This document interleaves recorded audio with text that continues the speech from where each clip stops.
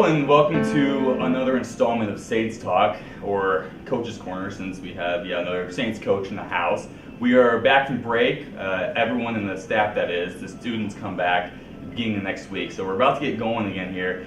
Coach Beil was, of course, kind enough when I was being interviewed for my position to tour me around campus. I'm eternally grateful for that. I forgot about that. Now, he's the head cross-country and indoor track coach for men and women, so his job is not to be a tour guide, so unfortunately he's not available for bookings at the moment. But we won't talk about that. We will talk about the programs that you have built up here. And obviously, lately you've had some conference championships, men's and women's side, regional championship this year, and an incredible opportunity to go to Pittsburgh, Pennsylvania. Second. And second in the region. Whew. Oh, second in the region. Okay, which is, by the way, still very good, and obviously good enough to propel them to an incredible experience up in Pittsburgh. A couple standouts that I'd like to talk about: Eloise Duffier, dates at Signy. Yeah, that's a mouthful. I fail at it all the time. And Lauren Pancala, and she's won the Total Package Share Award, and I'm sure at some point Eloise raked in some awards herself. So can you talk about their progression a little bit, and especially since they're kind of nearing we're getting close. Yeah. That's everybody keeps asking me, what are you doing to replace them? And the answer is you can't. You can't replace them because Flagler College is a destination. It's a wonderful place to be, but we're not Stanford. You know, you're not the first on everyone's list coming out of high school. Like, where do you want to go as a college athlete or a student athlete? I want to go to Oregon. I want to go to Stanford. Not many people are writing Flagler College, so you have to go out there and introduce them to the school. So getting a Lauren Pancala out of Chicago, she was very good, not great, out of high school. Eloise was extremely overlooked as an international prospect because she didn't go through a recruiting service. She wasn't a full-time runner. She was playing tennis and doing all these other things and had some running success, but not enough to warrant big looks. And so you're getting these kids to commit to you on the dream that they're going to come in, they're going to do everything right, they're going to grow under your tutelage, and then in 4 years they're going to be young adults and kill it. And you're wrong as often as you are right, unfortunately. You like to be right more than you're wrong, but college is an interesting place where people make interesting decisions, even if you're trying to steer them in the right direction. So I got Lauren, I got Eloise, and two other young ladies at the same time 4 years ago when I thought it was the strongest recruiting class I'd ever had. I don't think you were here then. We had one of our people in sports information put out this great press release with a graphic, all four of them running. I thought, I hit the lottery. It was great, jackpot. That year was tough. That was a frustrating freshman year. If you ask them, they'll talk about it, not in great detail probably. That was a challenging season. I did a lot of reflection at the end of that season. When things go wrong, I was always taught look in the mirror, and that season wasn't great. So I look in the mirror and I start reevaluating, what are we doing? We had previous success. In 2013, we won the conference championship. We made it to nationals, and this was then flash forward to 2015, and all of a sudden, 2014 it might have been, things weren't working or it didn't work, but we got on the right path, and then flash forward to now, Lauren and Eloise have had three just awesome years following that really tough freshman year. So Lauren LP, we call her, has been just shy of where we think she can get. She's been on that cusp for 2 years now, kind of right on the bubble of being elite, kind of making that breakout. She's super solid. I mean, the girl you want on every team. She could run for any team in the country, but maybe not the number one runner on every team in the country. Eloise broke out to where now she can run with anybody in the country. She's tremendous. So we're hoping, on the heels of Eloise missing All-American status in the fall at cross-country nationals by one spot. She finished 41st. We need to be top 40. We're hoping we can get her back to nationals this indoor season. We race this weekend, and we're hoping we can get Lauren there for the first time. So that'd be pretty cool. Yeah, a challenge. But those two, we have a young lady signed, committed, who should be very good for us next year, but not going to step in and replace either one of them right out of the jump. I mean, we went into the conference championship weekend this year in the fall thinking we had 1 and 2 pretty much wrapped up. It was anyone's race. It was going to be a Flagler girl. We just didn't know which one. It was going to be either LP or Eloise, and LP was sick. So it went to Eloise, and LP managed still to be top 5, which was pretty incredible for what she was dealing with that morning. But yeah, 2 great runners. Very cool. And yeah, it's interesting because with a lot of sports, fans will watch it, and you know they like to see how their teams progress, how the athletes on their team progress. A lot of times they think they know how it works, but they don't. But I imagine even fewer people understand how progression works as a runner. It's not just getting from point A to point B faster and trying to get faster and faster off the line. And yes, there's a part of it, but can you explain a little bit like what you see and what you like to promote to make the athletes faster and put them in a position to get towards the top? It's funny because I think probably golf, swimming, and running are the 3 sports that people have this funny idea about how it works. You know, golf, you get to go spend all day out on the golf course and play golf, so that must be really easy, right? What do you actually do? Swimming, you just swim. Just tell them to swim faster. And running, what do you tell them? Run faster. You know, how hard can that be? It is a process from the moment they get on campus, and a big part of it is recognizing that as you stand before me as a freshman at 17 or 18 years old, you're capable of so much less than you can accomplish when you're 20, 21, because you're just different. You're in a different body by the time you're 20, 21. Especially on the men's side, man, you gain a lot of strength over those 4 years, and young ladies going from the age of 14 when they're in high school to 19, you transition into essentially a new body. And so you're building them very methodically over the course of 4 years with the understanding that maybe we aren't as good as we can be this first fall or this first year, but we've got our eye on this date way down the road. And so it's not like many other sports where you can just go practice for 12 hours a day to gain a skill and be better at it. There is a finite amount of toll you can put on a body. The stress that you get from running, from pounding pavement or trails or anything is overwhelming, and you can only do so much of it. So it's not like we can just come in and put in 12 hours a day and all of a sudden freshman year we're incredible. Certainly there's some of that, but we like to think that we're doing about as much as we can without getting hurt. We're always towing that line right on the edge of doing just enough or maybe too much and getting hurt. So I have to really have a long-sighted view. And so when I recruit you to come run for me and you set foot on campus, we've got a plan in place that can be frustrating because you don't get to see the payout in a week or 2 weeks or a month. Certainly your first training cycle that will end at the championship season of the fall, which we just finished, you will see improvement. But really what we're looking at is what can we do in 3 to 4 years? As a junior, you're different than you are as a freshman, so much so that you wouldn't even recognize yourself looking back on it. And that's been the case with Eloise and LP and some of the men that we've had come through the program. So it's really, for my dollar, our sport is the one, along with swimming, I believe, in crew, which we don't have either of those two. But those sports require so much outside of practice discipline that just isn't called upon very often in many other sports. You can get by to a large extent with skill in many other sports that you just can't do. You can't get away with that in running, and especially distance running. You have to live right. And so when I bring them in, we're not bringing in talented runners who can just show up to practice and run fast. We're bringing in runners who are going to live it. You have to live as a runner, or you're just going to be very average. It's very funny you mention that because I used to work in the baseball industry, and I will not name any names, but there was one minor league baseball player, just a massive guy and a great bat. And when I asked once why he was playing baseball, he said, he doesn't do anything really outside of it in terms of training, but he just does it because he's good at it and he's got skill. He doesn't. He's like, I just kind of step up to the plate and swing the bat. And not to discredit him, I can't do what they do. Right, but it's just funny how I was cursed with limited hand-eye coordination, or maybe I didn't get involved in it early enough, but I can't hit a fastball.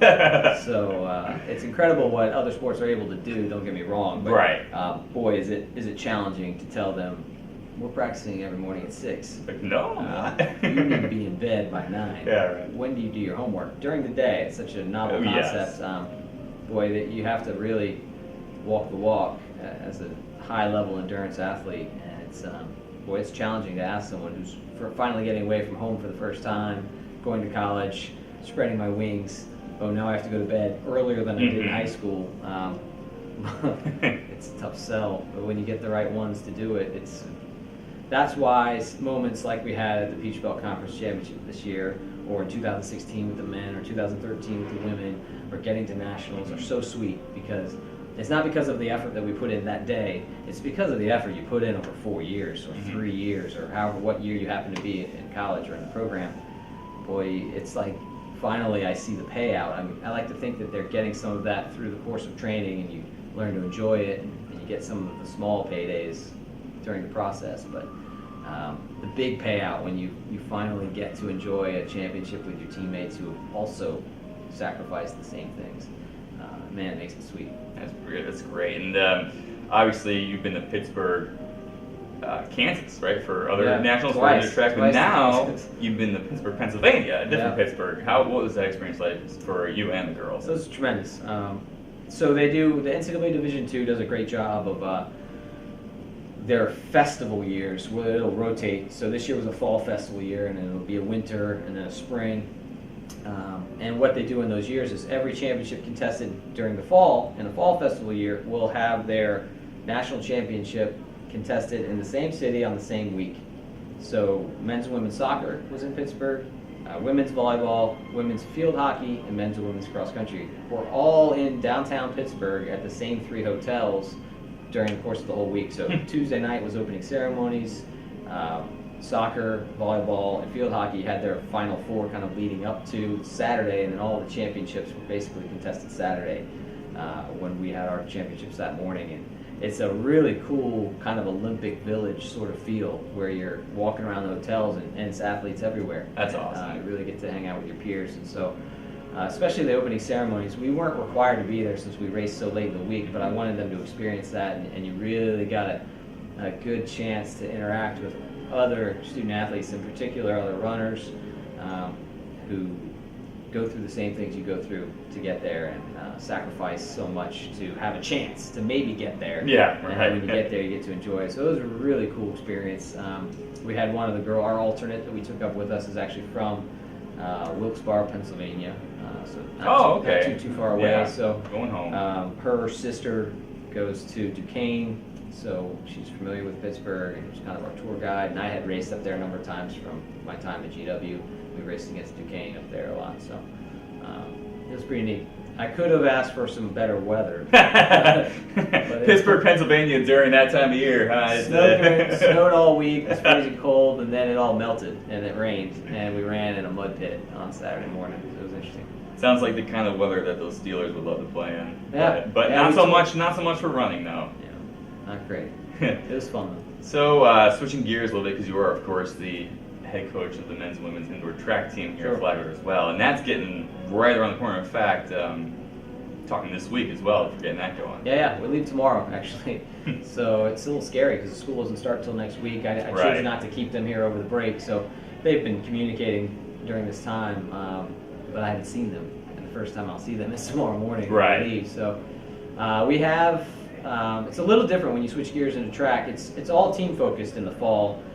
To be a championship track program, whether it be indoor or outdoor, it's not team players that you're looking for. It's individual elite athletes. Mm-hmm. So you need to be elite at your given discipline in order to qualify individually for the national championships. And then the hope is you have enough of those athletes that you can have 5 or 6 or 10 or 15 athletes representing you at the national championships, and then they can score enough points to where you win as a team. So sure, it's still a team competition, and you still are scoring points versus other teams, but you could win your conference championship in track and field and not even be ranked top 25 in the country or not score a single point at the national championship meet, because you win via depth in the conference level, where you don't need to have necessarily the best of the best of the best to score points at the conference level, but not have any of them make it into nationals. And conversely, you could be a top 30 program in the country and be dead last in your conference.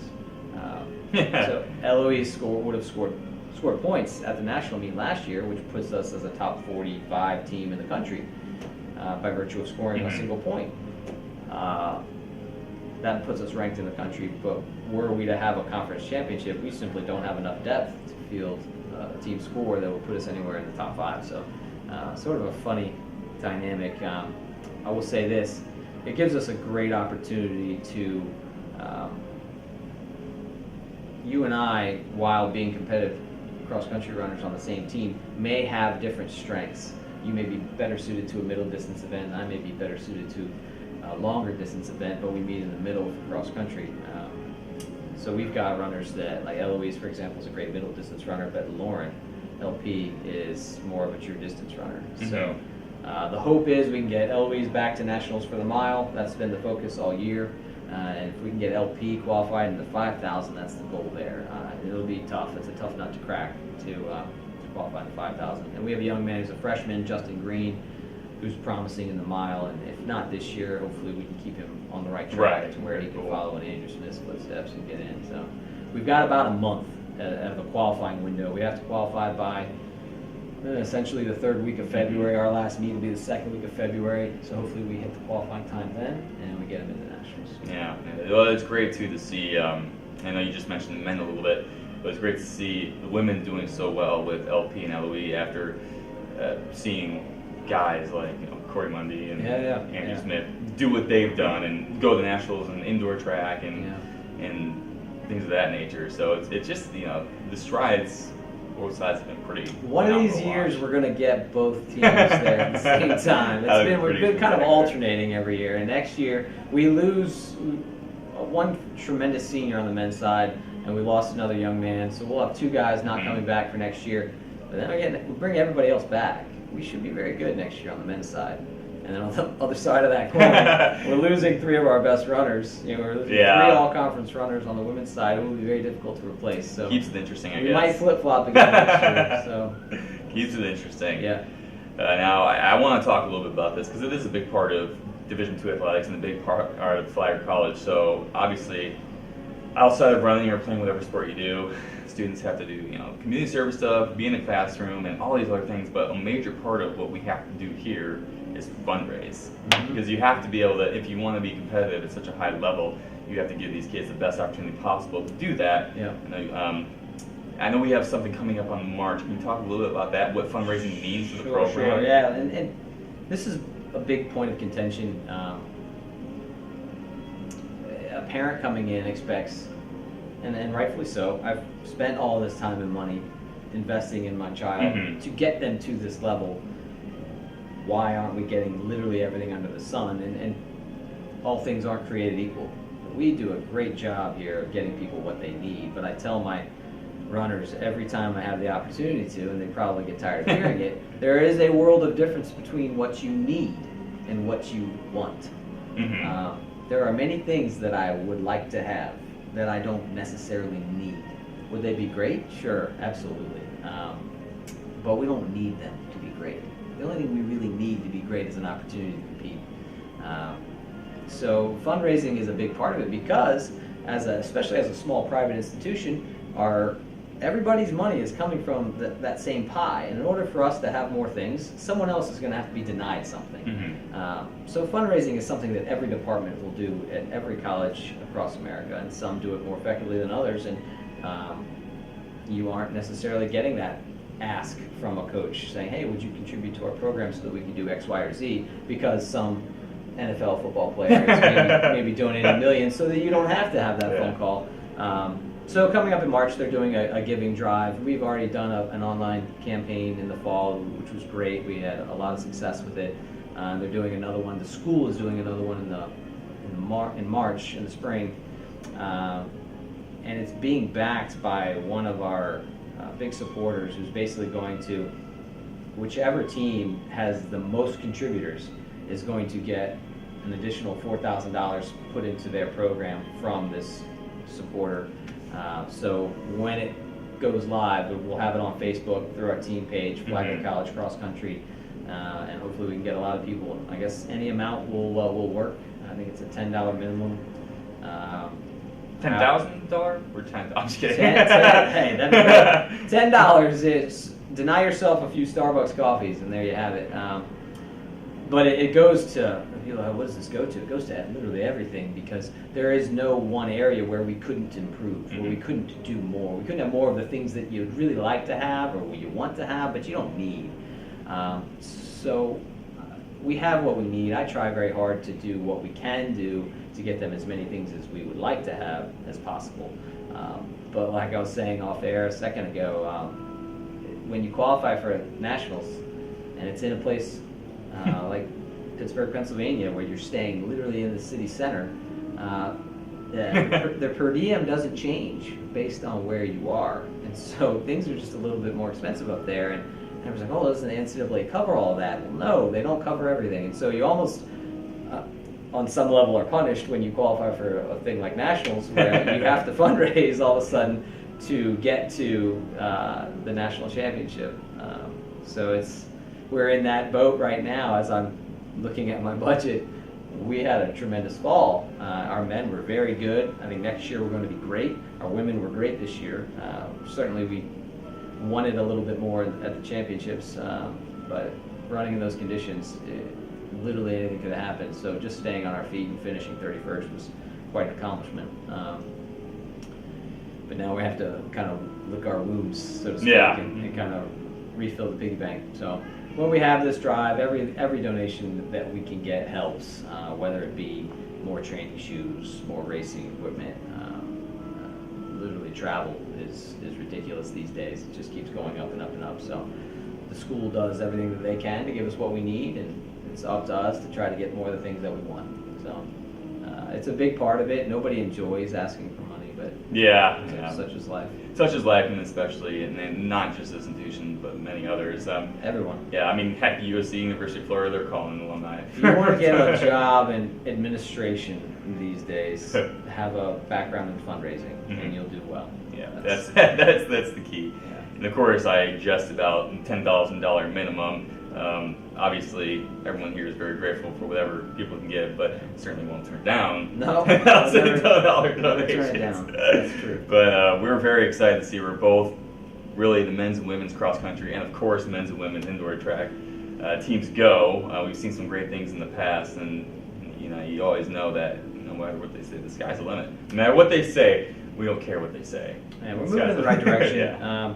There's a lot of reasons why, when you're sitting on the outside, you look in here and say they can't do this or they shouldn't be able to do this, and we just don't. We choose not to hear it. You don't need a lot of things to be great. You just need the opportunity, and the kids are doing a great job. So hopefully we can keep it moving in that direction. It's just tricky, to keep the ball rolling is more challenging than getting it started. Getting it started is easy. You sell the vision and people buy in or they don't. And now that we've got some traction, it's easy to rest on your laurels, and hopefully the runners understand that, and we keep moving in the right direction. So.